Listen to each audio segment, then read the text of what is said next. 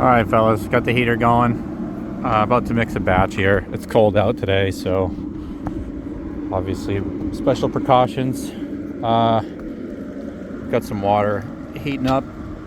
It comes out of the house not too cold, so it's really not that bad, but warm water on a day that's below freezing is a pretty good idea, especially for cleaning the mixer out. We're gonna have to dump the mixer right after we dump this mud and get it in buckets to go in the shelter. Today we're going to be using spec mix. This is more like you see spec mix on commercial jobs a lot.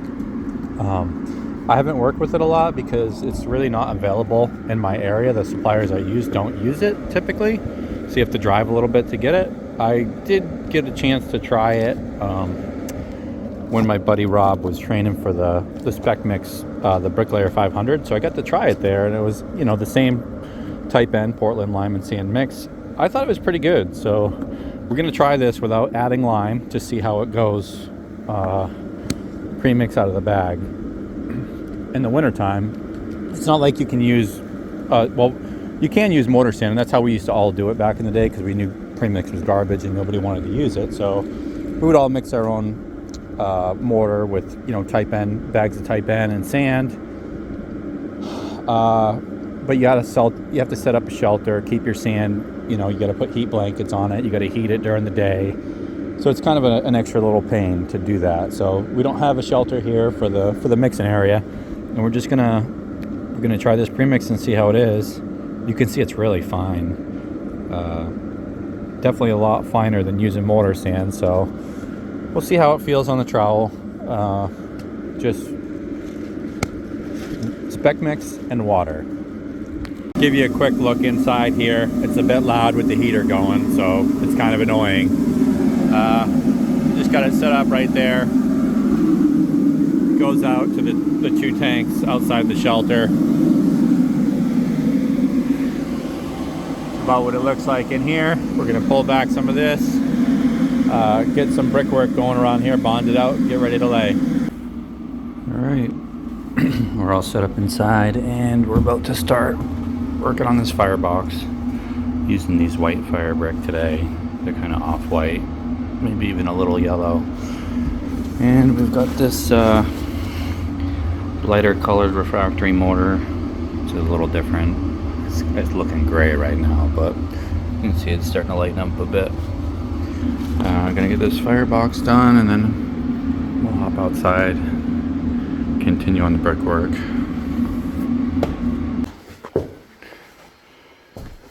Alright, this is the firebox done. This is the height the steel lintel is going to sit. We're going to put that in, build up. We're going to end up close to the wood here, but you know, this is a retrofit fireplace, so chances are we're going to have to maybe remove some of this, but we're going to use all the tricks we can to try to get the clearances that we need. But some of that's probably going to come out. So now we're just mixing some mud to tie this brickwork into the face. We're going to be facing it with marble pieces after, so we're going to bring this brickwork around, start the blockwork on the inside here. So we've got our full 8 inches thick here. This from this point to here has to be 12 inches of solid masonry, because this brick came through and it's against the wood. It's real close to the wood, so it's got to be 12 inches solid.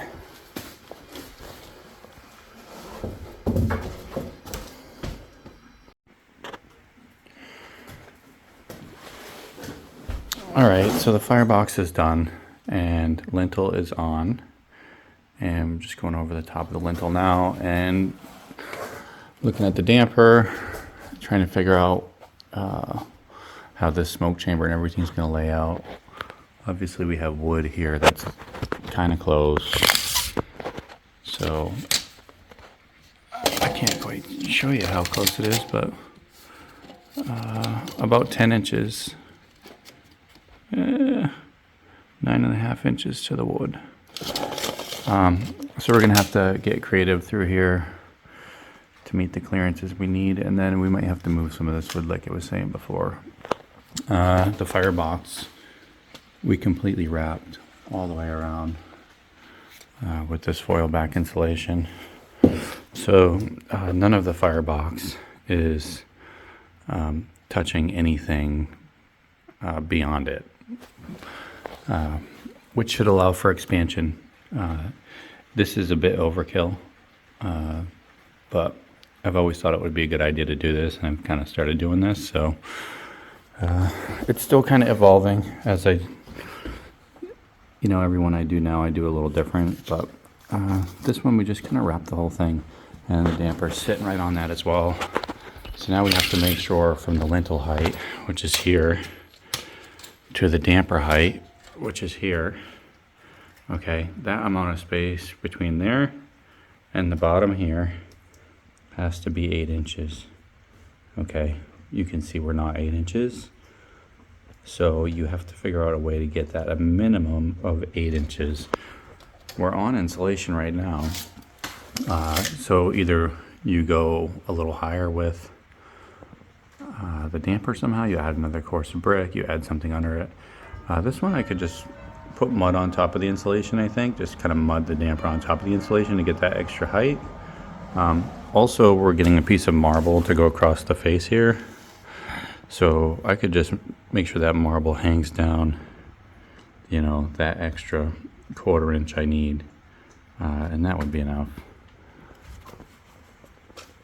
Anyhow, that's the inside. Okay, we're outside now. Everything inside's pretty much done. Got the damper on.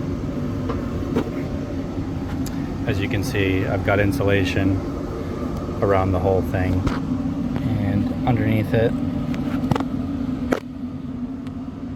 So it's sitting completely on insulation. It's got insulation wrapped around it. I've got the insulation folded up onto this wall. So when this damper heats up and expands, it can't affect any of the masonry around it. And I also did the same thing with the firebox. So when the firebox heats up and expands, it can't affect any of the masonry around it. It's wrapped completely with this foil back insulation, super wool stuff. It's the 1/2 inch insulation that we use for stainless liners. So the firebox comes up at an angle, and now the first thing that we want to do now that we get up here is start getting these walls, the smoke chamber walls. We want to try to get them to start squaring up, because our smoke chamber is going to be a rectangle. So I've got these 4-inch block on here, just lay them sideways. So this gives us our full 8 inches of thickness that we need for the smoke chamber. Of course, we'll still need to be parged. And this is the main part we have to worry about. We're supposed to have 8 inches on this side, the back side, and this side. Okay. So on this side, it's going to be a little different because we can't quite make it with 8 inches. We got to try to do something a little different to get our clearances down. You can see the wood's right here. So I don't know if you remembered the demo, but the damper was much closer to the wood before. The damper was higher, so we shortened the opening, changed the shape of the firebox to try to get this damper as much away from the wood as we can. This is one of the pains, doing retrofit stuff or whatever. The headers are already in place for the house, so we have to try to work with them as much as possible. So if you're doing a new construction house, and this is what used to happen to me all the time when I was doing a lot of fireplaces for builders, they'd be like, hey, what height do you want us to put your header at? And they would try to cripple you by putting the header at 5 feet off the ground, or even less sometimes. But there's no need to even put it in the way. When they frame the house, just tell them header it at the ceiling. Just get the header out of the way. You can build your fireplace, and then from there they can do the metal studs down to the fireplace after you're done. Leave yourself plenty of room to work. So anyhow, I've got my tape measure here. You can see right here, we're 2 inches from that wood here. You've got to be a minimum of 2 inches here. So we got 2 inches here, no problem, right? But the second we get out of the house, this is the masonry code for you, like how ridiculous it is. In here, we got to be 2 inches minimum. Out here, the second we get outside, 1 inch. Only 1 inch from that combustible surface. That's all I got to be. And it's literally, I mean, the space between that is non-existent. Like, a fire doesn't care about that. Like, if we can be 1 inch in here, then we ought to be 1 inch in there. This is how stupid the fire code is. It just doesn't make sense. So anyhow, out here we have to be 1 inch from this sheathing. Okay, that means our masonry will have to be 1 inch gap off that back wall as we come up, which is fine. It's achievable. The problem is this, the distance we have from the wood to the damper here is 8 inches. Okay, if we have 8 inches of solid masonry there, we're right up against the wood. There's no space. So we have to be creative. Even though I put this super wool on here, it doesn't count for anything in the eyes of the code. They don't leave any provisions for improvements or anything like that. Like, obviously this is way better than what the code suggests, but an inspector could walk in here and just be like, wow, that means nothing to me. He could even say rip it out. So what we want to do is change our clearances, or our total thickness on this side. We have to get it down to 6 inches, okay? And 6 inches of total thickness with the masonry, and then still 1 inch of air gap, which is achievable because we have 8 inches. So what we're gonna do is we're gonna run fire brick through here. And if we have a lining of fire brick or vitrified clay, so clay tile, either one, and we just start with the lining of that, then our total thickness then only has to be 6 inches plus 1 inch of airspace, so 7 inch total. So that's what we have to do here. I'm going to start by slushing this with mud. And remember, I don't mind if the mortar bonds to here. I just didn't want it to be on the metal damper and pushing on this when it heats up. So the damper is completely protected. I can slush this with mud. I chip the back of my brick, and I'll be able to fit this brick in here the whole way. Okay, now we have this 4 inch brick and that 4 inch, which is 8 inches, which is, that's what we want there.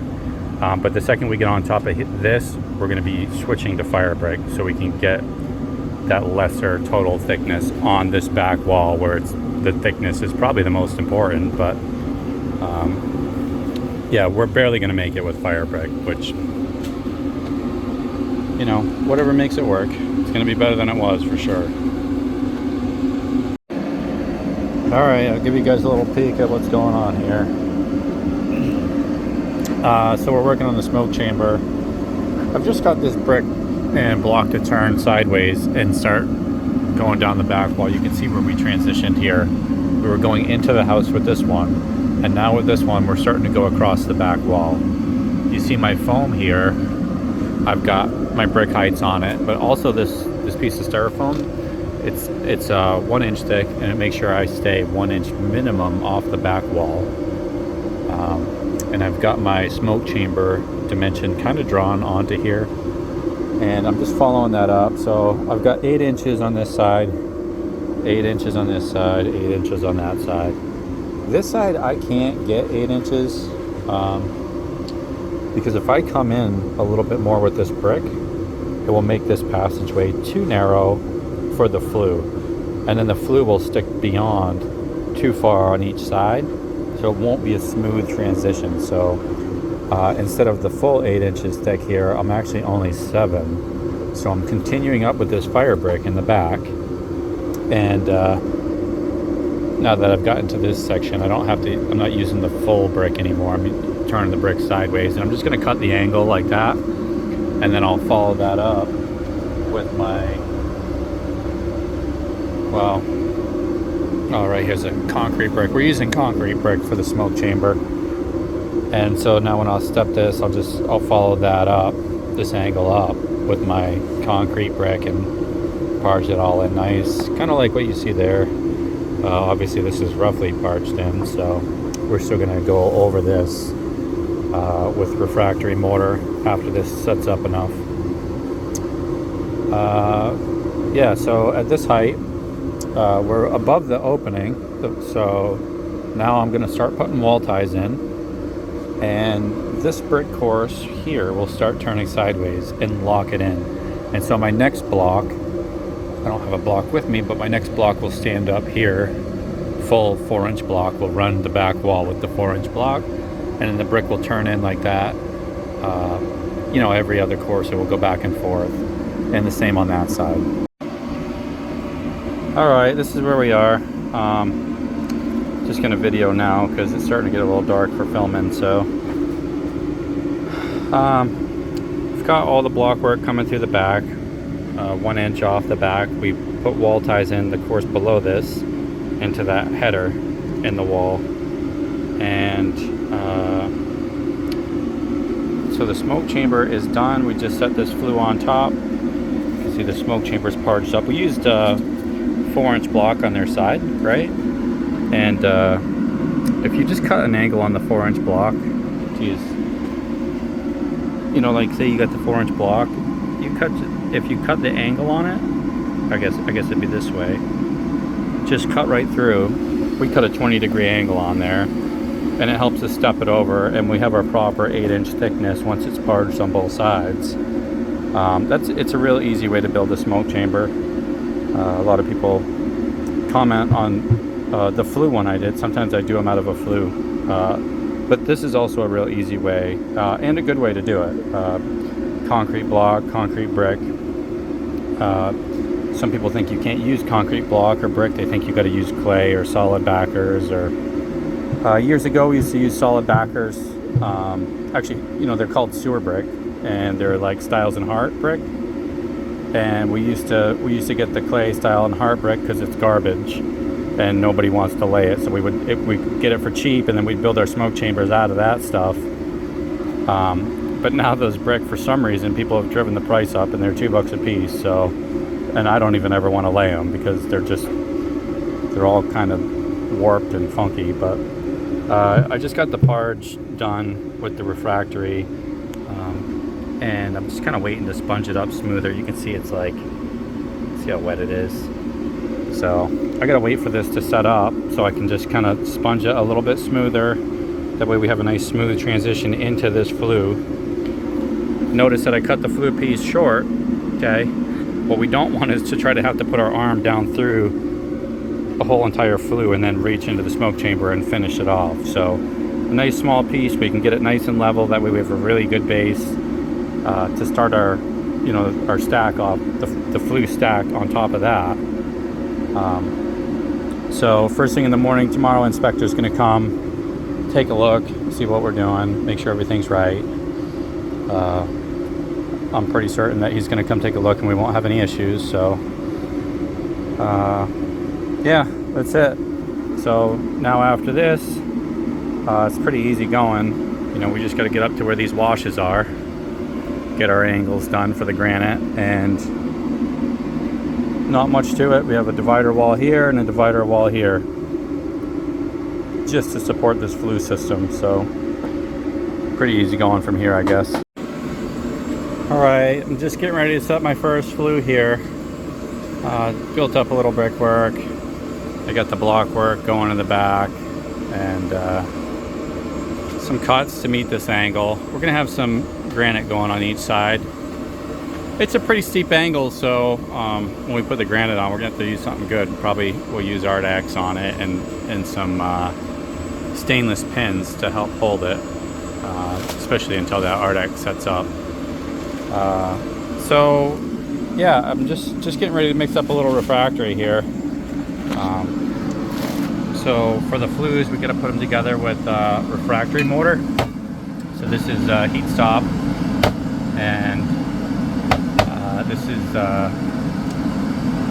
I get the non-water soluble stuff. There it is right there, non-water soluble. So the same stuff that you'd lay the fire brick with.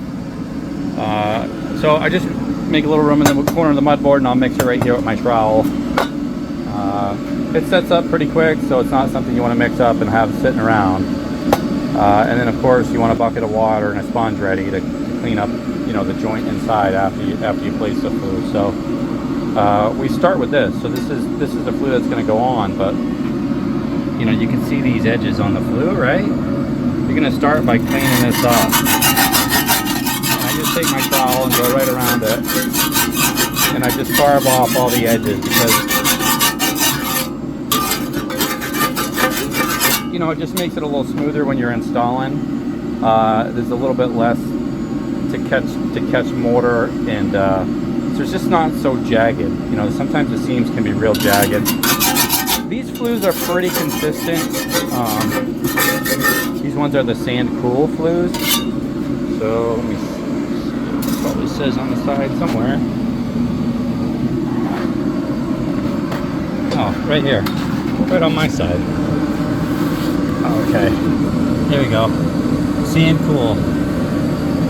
These flues are the good ones. Okay. I don't use superior flues in my chimneys. I just, not unless I absolutely have to, because those flues are just like, they're not shaped right, they're not consistent, they're like, I don't know, they're not square. Like if you look at this one, you can see it's not perfectly square. There's a little bit going on with it, and I think that's just how clay is when it's fired. It kind of gets a little wonky. But for me, the superior ones are just a little too twisted, and I like to use stuff that's kind of consistent shape. So yeah, these ones are going to vary a little bit, like the size, overall size. Some of these flues on the width might be a 1/4 inch smaller or a 1/4 inch bigger.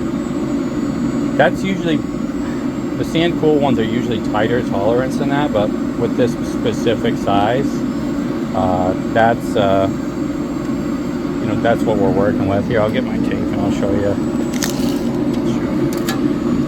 So these ones are called, see, they're not 16 inches, but they're called 12 by 16s, okay?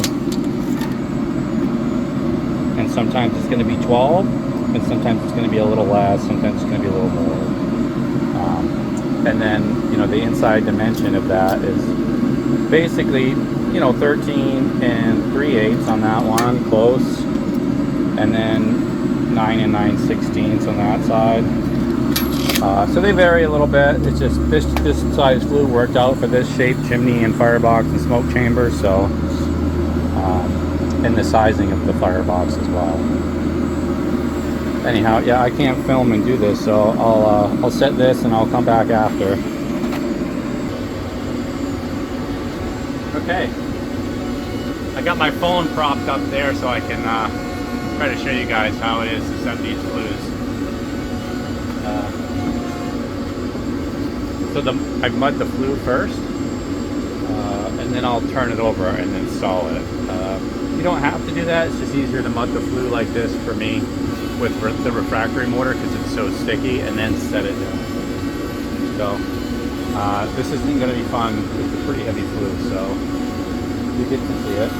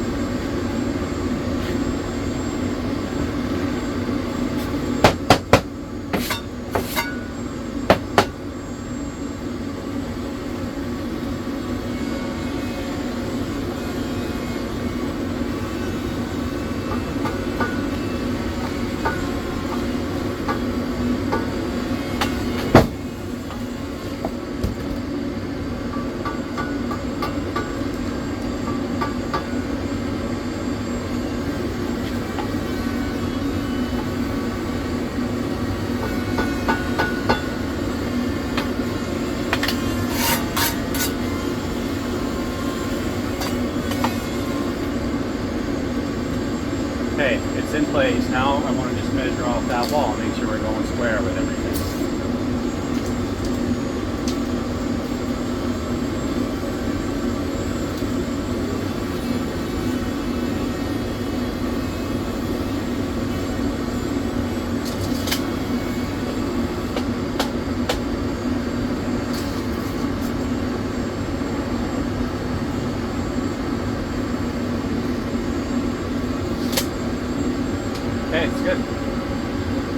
now I'm going to reach down in there and clean that all up.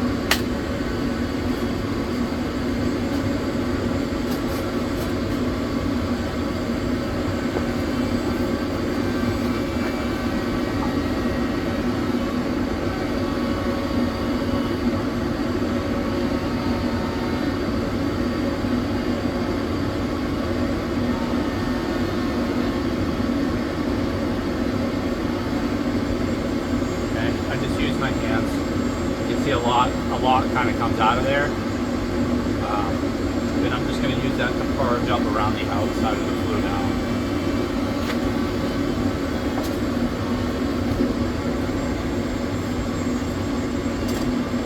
I usually have my water and my sponge ready, but I must have left it on the ground. So I'm not going to clean my hand right away.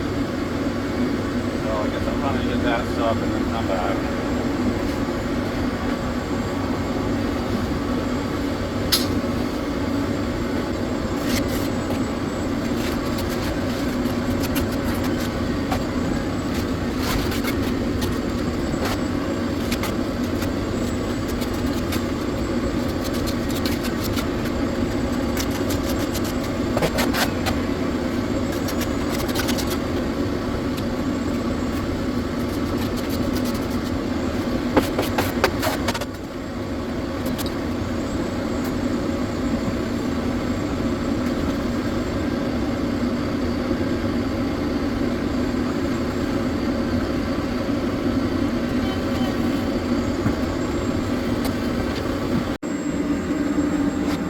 All right, let me show you how it turned out. So I just go around and roughly barge up the outside with refractory, so everything's all sealed up. It doesn't have to be pretty, just sealed up. And then inside, if it'll focus. Oh my God, just focus. Just sponge it up. Just sponge it up so it's clean on the inside. And you'll notice looking down that this flue isn't the perfect match with the flue below it. It varies slightly. That's just how clay flues are.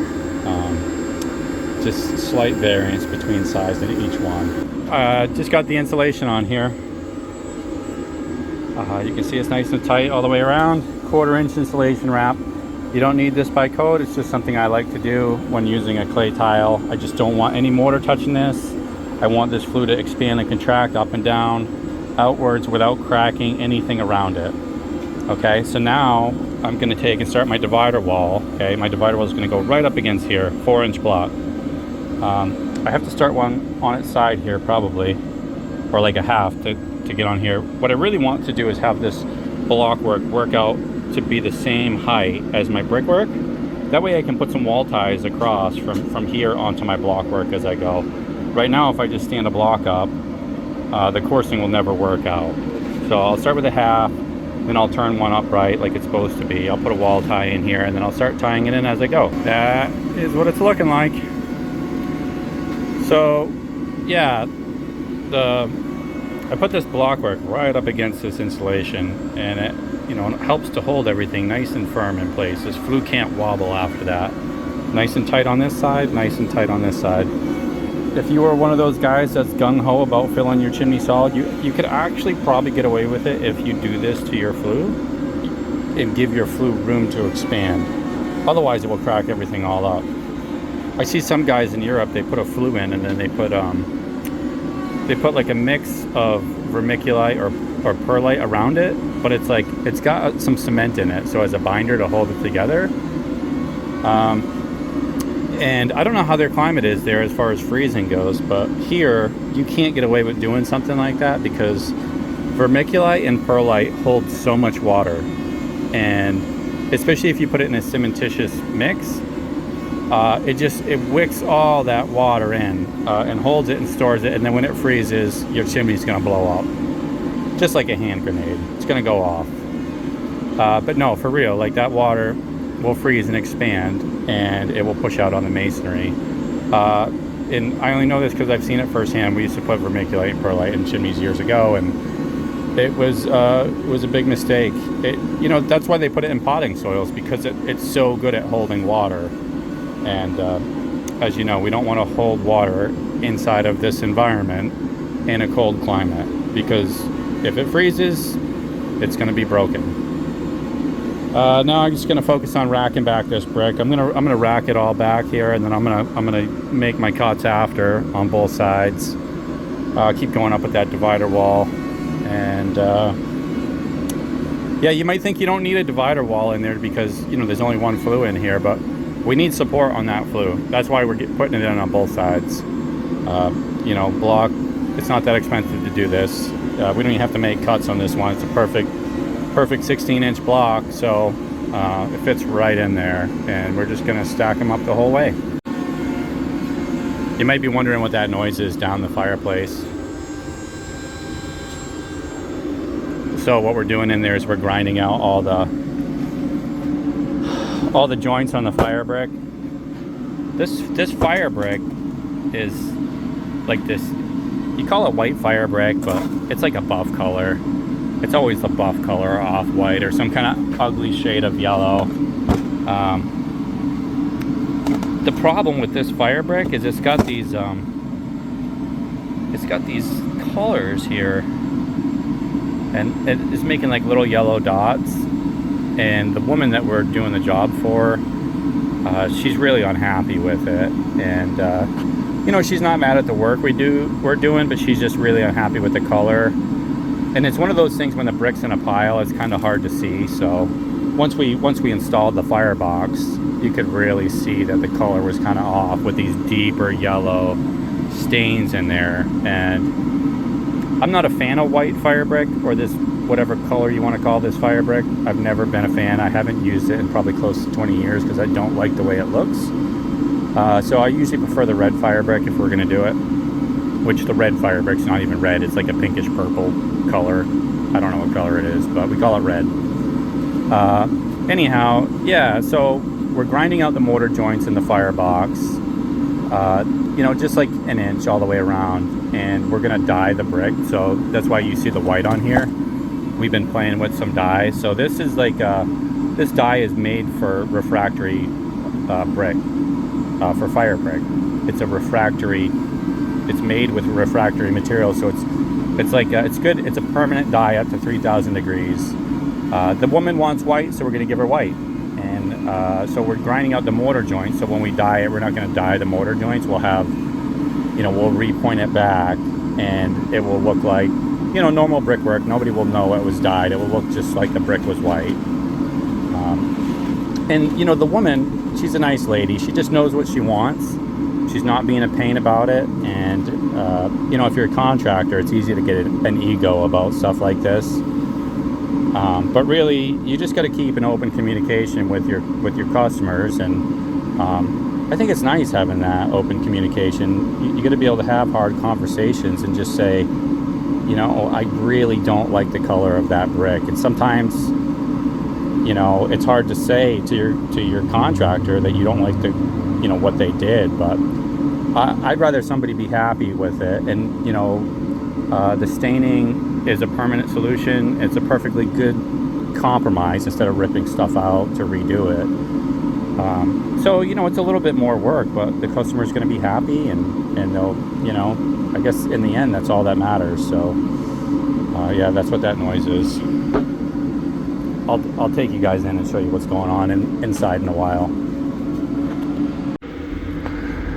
This is what we're up against here. You can see all these yellowish spots that are in the fire brick. It's not very good looking. So we're trying to grind it out so we can stain this brick, and then we're going to point it back in. It's tough because the joints are so tight. It's hard to do it. So it's probably going to take a while.